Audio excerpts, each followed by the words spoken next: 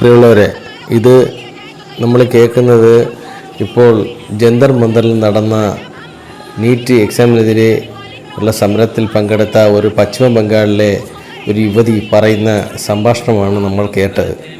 അതിനെ തുടർന്ന് ഇതര മതസ്ഥനായ ഒരു യുവാവ് ഇതിന് ഉള്ള ഒരു മറുപടി കൊടുക്കുന്നതാണ് നമ്മളീ കാണുന്നത്. ഇത് നമ്മൾ ശ്രദ്ധിച്ച് കേൾക്കണം.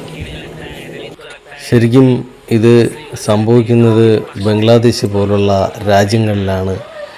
ശരിക്കും ഹിന്ദു സംവരണമുള്ള നമ്മുടെ രാജ്യത്തും ഇങ്ങനെ സംഭവിക്കാറുണ്ട്.